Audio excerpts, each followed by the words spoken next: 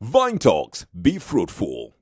Welcome once again to a wonderful episode of Vine Talks. Be fruitful. And talking about being fruitful, I'm always out there hunting for people who are bearing fruit, trailblazers who we can learn a thing or two from. And I'm absolutely excited, but just to remind you, we are shooting live from Kampala, Serena. And so take some time to check out any of their branches here in Kampala, Uganda.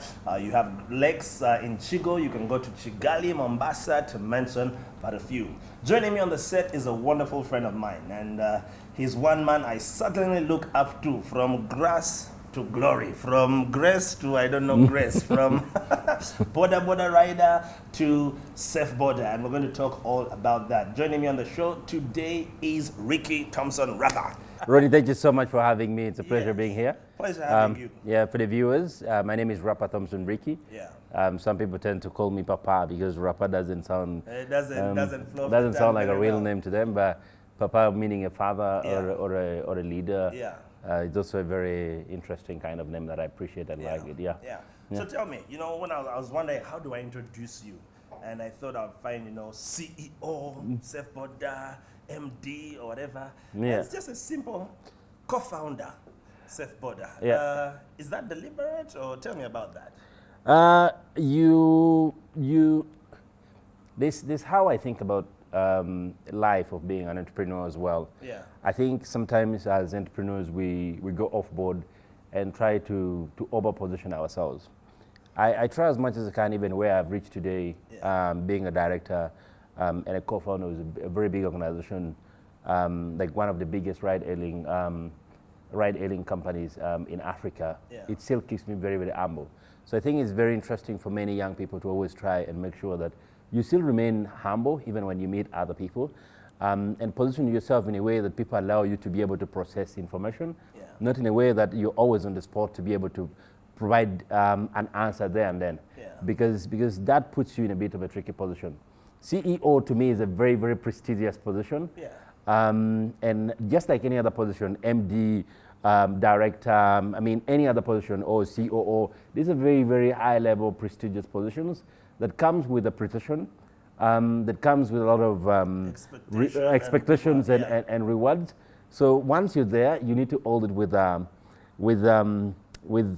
bit of pride, but also with a bit of consciousness, to make sure that even when you're there, you do what is right and you act the right way.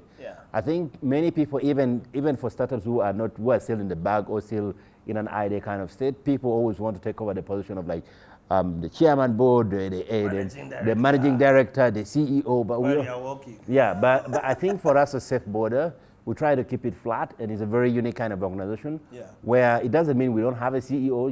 No, we do. But it also doesn't mean that we don't have a clear definition of roles and responsibilities. We do. We have leaders, but we try as much as we can to keep it really, really flat and make people approachable, make people reachable, make people as well available. Even myself, like even when you go to Safe Boda, I don't have like a special kind of office where I see. Corner office. Yeah. Of course, that used to be there like a very, very beginning, but learning and the global trend, it doesn't really make sense right now to really lock yourself. It's more important for you to be available, so that people can really get the opportunity to be able to speak to you, to learn from you, and you also get the opportunity to learn from them, and you get to speak to them, and you build a successful organization. Well, I think it's Maxwell who says, positional leadership, that's the first level of leadership. It's not about title or whatever, and you can go up and read all the others. But let's take it a step back, So, yes, you are co-founder of Safe Boda. And there's a little bit of and I'm also a director. So please. So I should add Yeah, because if you need to make sure you never forget that. Yeah, because for me, that's I think for you as well, it's very important. That I'm a co-founder. I also have some ownership, right? Yes. Wonderful. And speaking of ownership, many of us have had the story. Maybe there's a person out there who might not have had the story, but in a nutshell, just tell us, you were a Safe Boda, a Boda rider, to now sitting at the helm of one of the most successful companies in Africa. I think Forbes magazine put you as one of the, under 40 people to watch who are really going to make it big. So what's the story in a nutshell? The story of Safe Boda or the story of Ricky? Ricky transitioning through to Safe Boda. All right. So people always try to ask me for my CV, Yeah. and it's clear. My story starts from my home, where I happened to come from a family of 9, Yeah. and went to school and dropped out in the year 2006 in senior 4. Did not go that far with my education. Yeah. Made it to Kampala as a security guard. I worked with security, I worked with security class, and then worked with the Kamwesi hostel. Later on joined the Boda industry, Yeah. as any other person who enters the industry. Yeah. Lost a very good friend in a border-related accident and transitioned to become an advocate of road safety. And now I meet these people who said, no, Ricky, we could do something together and build something big out of this.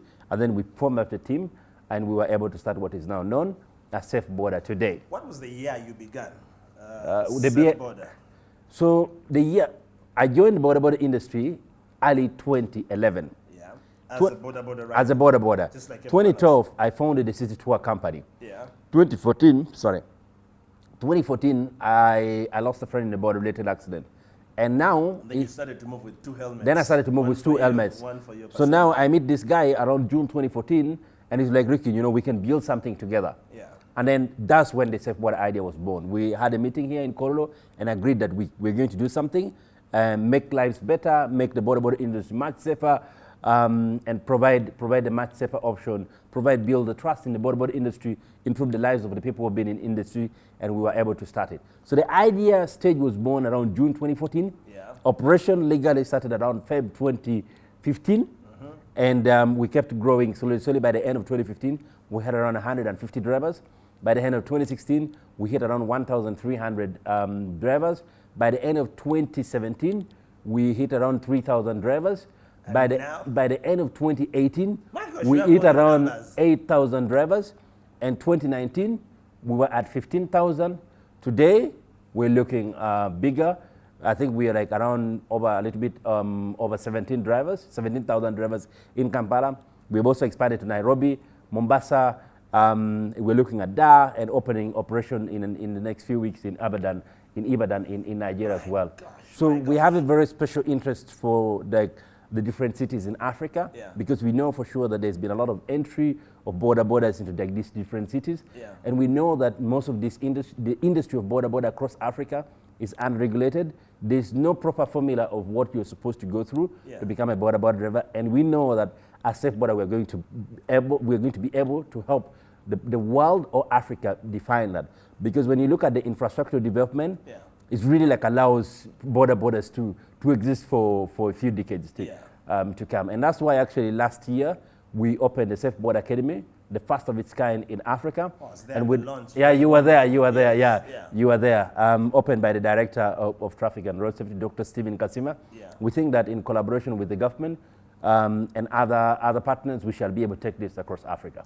So, so many questions I could ask you there, And the first one I want to ask is, do you think SafeBoda is successful because, you started the business with a bigger picture? It's not about me. Zenkola was India, let me put something for my family. You're talking about road safety. You lost a friend. Safety for all.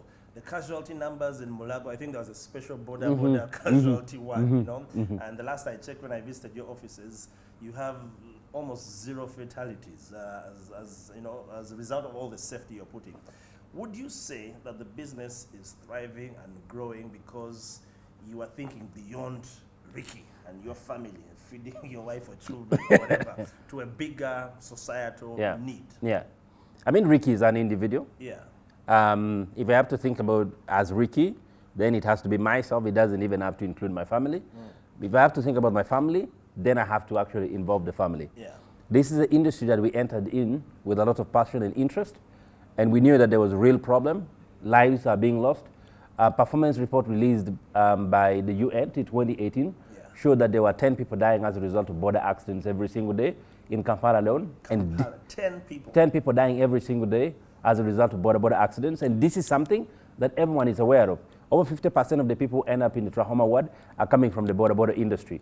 And everyone knows this. Over 30% of like the road safety, the accidents that happen across, that happens is being contributed by the border industry. 40% are pedestrian, 30% are borders. Everyone knows that there's a real problem in the border industry. For me, and for the team that I work with, today where we are, we've achieved tremendous success. We have received, I think it's clear that for us as an organization, we've been very, very successful. In a way that today, as I speak, 100% of our drivers wear helmet. This is something I was not seen before. Yeah. By the time we entered, this less than 30% of boarders used to wear a helmet. Yeah. Today, the 17,000 drivers, Safe Bodas, all of them wear helmets. This means so much that to is us. transformation. This means so much. And now, a lot of customers, over 40% of our customers are now embracing the technology, embracing the initiative. They are now even starting to appreciate the importance of wearing a helmet because we put the knowledge just close to them. Our drivers today stop by the traffic light. This is something that had never been seen before. Anyone who now comes to the industry and basically wants to do something or wants to build something says, you have to be like the Safe Boda. Yeah. So everyone is following us. I took a border. I was passing Kira Road. I was in such a hurry. I told the guy, vuga to get reach the traffic lights. The guy stopped. I said, what's the matter? He said, what's happening? He said, no, the light is not yet. The light is... Boss. But then I thought about it. I said, wow, this company is here to stay. Yeah, so if it's a question like, have we been successful? I think we've brought change in the industry. And I think that's a big success. Yeah. And I think the world and industry will have to write about us, even for more 100 years. I believe. Just to learn more from you. 2006, you're in S4. Yeah. You drop out. Yeah. School fees related issues, whatever. Yeah. And now, I don't know how many years later, 2020, you're leading a company, 17,000 drivers, Safe Boda. How have you managed to close the education gap? Because I'm sure you've not done any management course. Are you in school? How are you able to keep track of all these numbers and what you call it? Ronnie, let me speak to you. Yeah. And let me speak to the young people. Yeah. That it's also very important for you to know that even when you're educated, you can be a failure in life. An educated failure. And you can be like a very, very educated failure in life. But if you're also uneducated, you can also be very, very successful in life. So I think the level of education doesn't define your success in life. And I think this is something that I always tell many people. Yeah. You need the knowledge to really help you be able to make informed kind of decision. And I think this is very, very critical. But I think no one should really think that when you're a senior 4 dropout chap, you cannot make change in the community. No, I think something that is very important that even some people who are graduates really lack is something called attitude.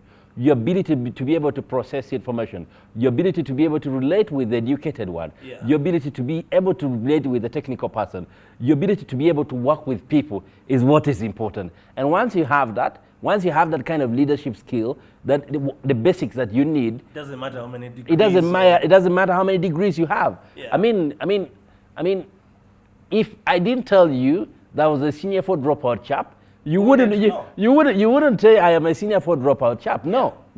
So it's this attitude, do you have really the attitude? Do you relate? What kind of people do you relate with? Do you relate with the right group of people, or you relate with the wrong group of people?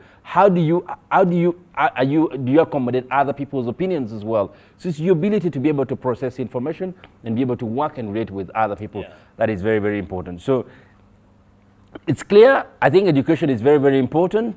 But with your education, you might even not be very successful if you have the wrong attitude. Yeah. But with no education, right attitude, you can be very, very successful. But you can also be very, very successful with wrong attitude, and you can also be a failure.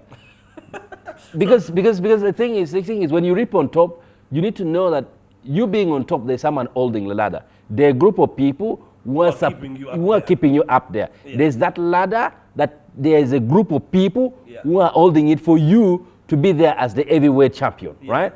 So if you reach up there and then you all of a sudden you twist things and forget about people who are actually supporting, doing all the operational work, holding for you the ladder for you to be the guy up there, for you to appear on Vine Talks, and then literally you're losing the meaning of life. Wow. And that means that no matter how successful you are, as long as you have the wrong attitude, we just give you time. So it's always good for you to really try and carry a bit of a good attitude and right attitude toward people and be able to appreciate and accommodate other people. This is something that is very important. Also, the question is so how have I been able to manage even myself, among like all this group of people. Because you may have a good attitude, but I'm sure there must be some strategic partnerships. So the thing is, when we co-founded, when we started Safe Boda, we had a very strong belief in ourselves, and we knew for sure that together we can do and achieve better. But when we go individually, we cannot be able to achieve the match that we could have achieved if we were together. So it doesn't mean that when you're working together with people, if you're doing business with people, you're not going to disagree with them. Time is going to come that you will disagree with them, but it doesn't mean that if you disagree with them, you become enemies. At SafeBoda, we have a saying that I can disagree, but I commit. Because you want to allow people for the bigger pictures. For the bigger pictures, yes. I can't be saying no, but then let's try. Let's test it. Because if you do not give space for people to influence change in your organization, then it's not your organization. It should be our organization. It's really everything is Ricky. Everything is like Ronnie.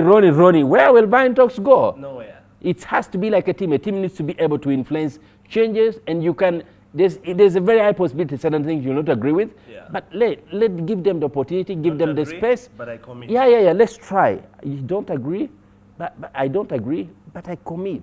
So even though it wasn't my idea, I don't like the idea. It's Ricky's idea. I commit. I execute it. Like it is my own. And that's leadership. You need to be able to accommodate other people. When people make change in your organization, they'll always want to serve and live and stay with. Because everyone today is not about how much you pay me.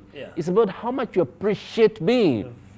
The value, how much change am I making for the society? I'm smart. People are really, really smart.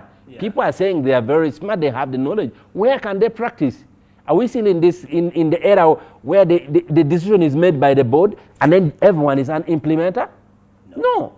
We're in an era where the security guard outside the gate can say, boss, there's this idea. Then you're like, okay, tell me about it. But why did you think about this?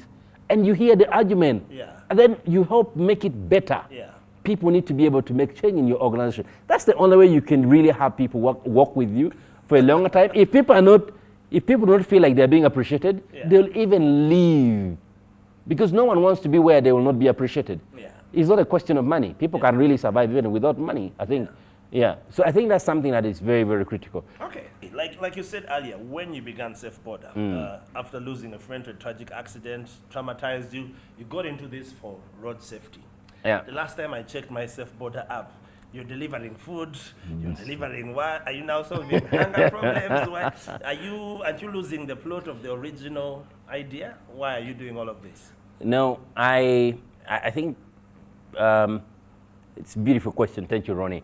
I think it's very clear that we are not losing track. All we have been trying to do from the very, very beginning was promoting road safety and making sure that people are aware of the decisions that they make every single day, making the border industry much safer, getting people to have the drivers that they really trust and they believe in. And I think that's what we still continue to do. But all that was aimed at making lives better for the drivers and for the passengers. So all these initiatives that we have brought in, like, you know, in the app today, you can do the ride, you can do the send. We are still doing what we are supposed to do. Ronnie, you're in your office and you want to send a document. You can still use your SafeBoda app. And it arrives safely. And that means we are making your life better. You're making it. It's exactly making your lives better. And then also airtime. We know for sure that you have the SafeBoda app, you have the wallet, and you could just use that to buy airtime. And also now food. The food is a very special product for us. And the reason we decided to do food is because we took time and actually tested it and learned about it. And we believe that this was a good move. Now this is why when we came in the border industry, Safe Bodas were on their own. They were doing what they were doing. Some people were good, some people were bad. When we decided to enter food, we also took our time and understood the market. We know and we realized that our mamas, they are busy cooking for people cook in the food in the Qataris. The wives to our drivers are busy doing those small businesses and preparing food, and we leave offices and go for this kind of food. Either you eat it in office, or you go home and still eat, or you go down there, or you still go home and eat. So we know for sure that as Africans, as local people, this is the kind of food that we relate to. This is the food that we know. This is the food that is available. This is like the healthiest kind of way for us to live. Yeah. And what we did, and we also realized that there are this group of women here, because women empowerment is another interesting topic that that keeps us awake every day. Yeah. So we also realized like there are all these mothers who are cooking this food. They're cooking it very, very well. People go there on shoots and they enjoy it. But these women are not going far. They're not getting any better. And this is the network of the entrepreneurs that every day people talk about. So the question is, how do you use SafeBoda? yes. So, the so the first question is, how do we empower these people? How do we improve their lives? How do we then improve your quality of life as well as someone who is there on the back of the computer, always in office? Yeah. So that's why we came up with the Safe Boda food.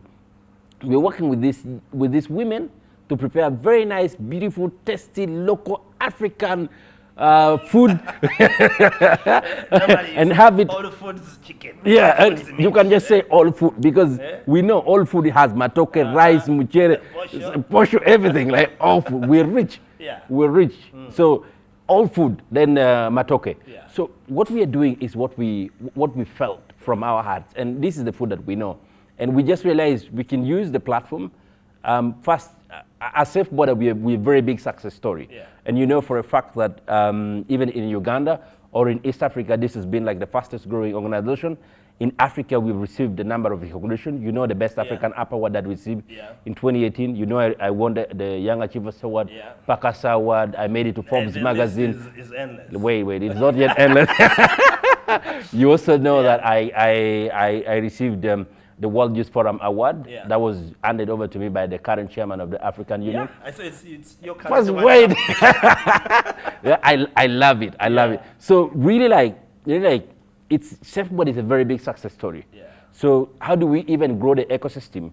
How do we allow people, even the mamas, to embrace technology? Yeah. So that's what we are trying to do. Wow. Empower these women, give them some special training that they need to be able to cook their food to a better standard, provide them with the quality kind of packaging that they need, and then use our drivers and make them more busier and allow them to deliver the food of our mothers, so it's of our wives. Influencing it's the network. Your what are they called? The nets. Yeah. Biodegradables. Yeah. All we are doing is making lives better. So it's been over 5 years ago when you were there riding a boda, and now when you look at yourself now, do you ever dream and wonder, you know, what would I have been if I had stayed where I was? Or for example, do you meet any of the riders who you started with, the guys who laughed at you when you were holding 2 helmets saying, Mocholi, you're going to go back to the village?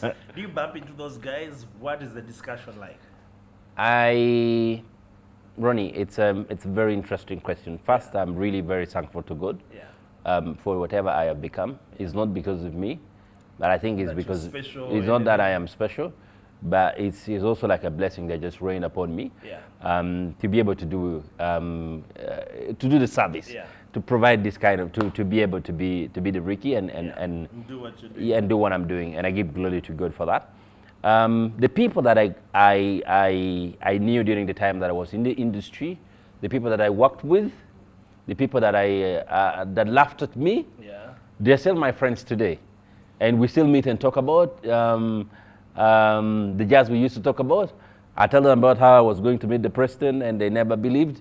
How I was going to become the guy and make people's lives better, and they are just like dreaming. So yesterday, was it yesterday? Yeah, yesterday, but I met one actually around Total opposite, the new Total opposite Akasha Mall.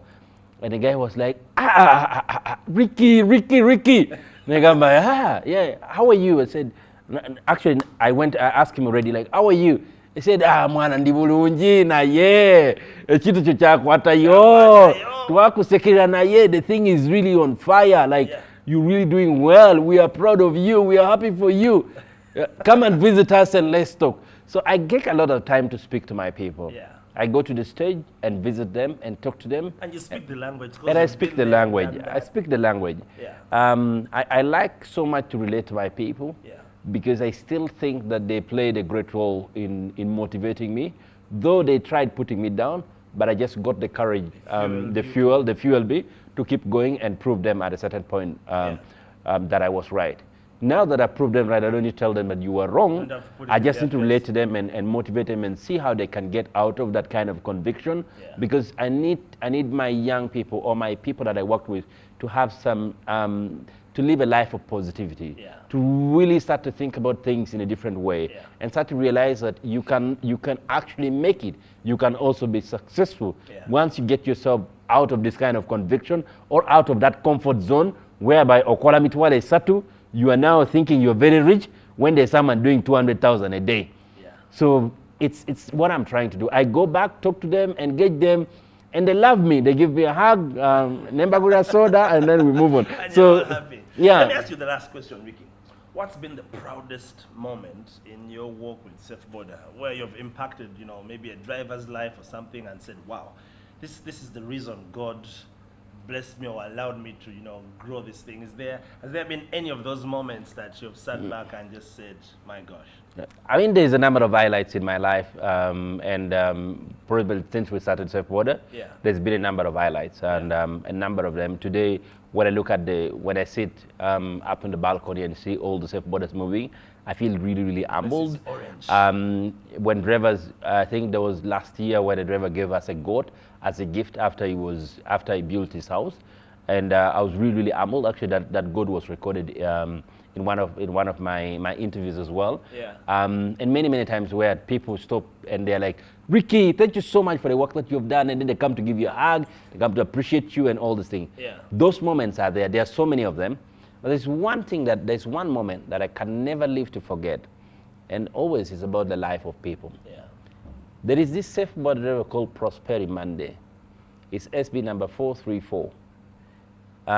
2 years ago, he got involved in a road accident in Munyonyo. The car knocked him. It was a hit and run. And police picked him, and when they called me late in the night, they said the driver was dead. They would delivered him at Mulago Hospital. And then when I heard about Monday Prosperity, I left home and ran to the hospital. I arrived there a little bit early in the morning. But I found his body was lying on the floor. And literally you would attempt to say that he was a bit neglected by the hospital administration. No one really taking that. When I showed up, I asked them, "What's wrong with this guy?" He was breathing, he was still alive, he was not dead. So I got so furious, and they put him on oxygen. When they put him on oxygen, they started working on him. He kept unconscious for around 4 days. He wasn't speaking to anybody. And I made sure every single day I was there. I looked at the 2 children, I looked at the helpless wife, I looked at the quality of the family that he comes from. And after 4 days, the guy started recovering. They picked him from the accident ward. They took him to ICU. His brain was okay because it was a very terrible accident. But because he was wearing a helmet, he did not have any damage on the head. But Omukono had a damage, the leg had a damage. Fractures and all this. I tapped in. I actually have a very strong feeling. I think I get emotional when I talk about him. But I saw the guy actually, he would have been dead by now. Literally. If possibly I did not go to the hospital. He's one man that I saved his life that makes me very proud. That whenever I see him, he comes to me and he's like, Ricky, and it's hard for us to have a conversation because it really gets so emotional that, you go to a hospital and someone is almost dead and is almost being neglected, and you're like, "Man, you need to work on this guy. Why are you not working on him?" And then everyone, I told them, like, I'm the director of Safe Boda. So everyone was like, "Oh man, we need to," like, everyone stepped up and they were able to help the guy, and that is how I saved this boy's life. And when you look at his children, his wife, you're like, when I look at him today, it really, it makes me understand the meaning of life. Because I think life is about people, and it's about being able to help people and make people's lives better. Wow. My gosh, I never thought I would see Rick even get teary and what, but it's really about life when you think about it. It's not about you. There's a greater cause, and there could have been a mother, 2 children, and the story is forgotten. And the guy is gone. and all he had was his bike, you know. Wow. Yeah, wow. So it makes life, yeah. I mean, life is very, very, life without people, life without being appreciated by people, and life without you appreciating people has no meaning. Life without you impacting other people's lives has no meaning. Yeah. Whether you have all the money. Whether you have all the money, but if you don't have the people who appreciate you and respect you and want to be part of your life, it has no meaning. So what's money for? What's life about? If you don't make change, if you don't improve people's lives, what are you doing? That's why today, actually, when I always tell people, like, when you're crafting your idea, you need to make sure people are in the design. If there are no people. If there are no people. It's a waste. SafeBoda is going to live for decades because we crafted it from the very, very beginning as a community of people. That's why the drivers will speak to you, a SafeBoda guy will speak to you as if he's the chief executive officer of SafeBoda. So because it is ours, it is his. It is his. He's promoting his own business. Even after Ricky has gone. Even after Ricky, the guy is going to say, I am SafeBoda Gundi John Mavega. You know, this is my number. It's that, this is what you need when you're crafting any idea. And that's why everything that we're doing now, it's amazing, but if it doesn't have people in the design, and all we're trying to do is make sure that we talk to the drivers, we talk to our customers, we talk to everybody, and make sure whatever we bring is in the best interest of people. Wow. Innovation and entrepreneurship of today is about service. It's not about a PowerPoint, a nice PowerPoint. No, it's about service. It's about how much you can give to people. And by the way, I think most people call it like social venture. It's the way to go. You need to make sure that you have people in the design. You need to think about people first. Think about people, think about the environment, think about the society, think about people. And I'm going to take that as the first nugget tonight. If you are going to design anything and you do not have people in that design, tear that thing up and start again. But I'm going to let you give us 2 or 3 more nuggets. I'm going to sit back, and ladies and gentlemen, you better get your pens and papers. Ricky's nuggets. I mean, I speak a lot to my uncle. I don't have my dad and my mom, but I speak a lot to my uncle, who keeps telling me, Ricky, whenever we have an argument and we are not agreeing, he said, stop to think. But do not stop thinking. Sorry? Stop. Think. Yeah, he said, stop. He's an English teacher. He said, stop to think.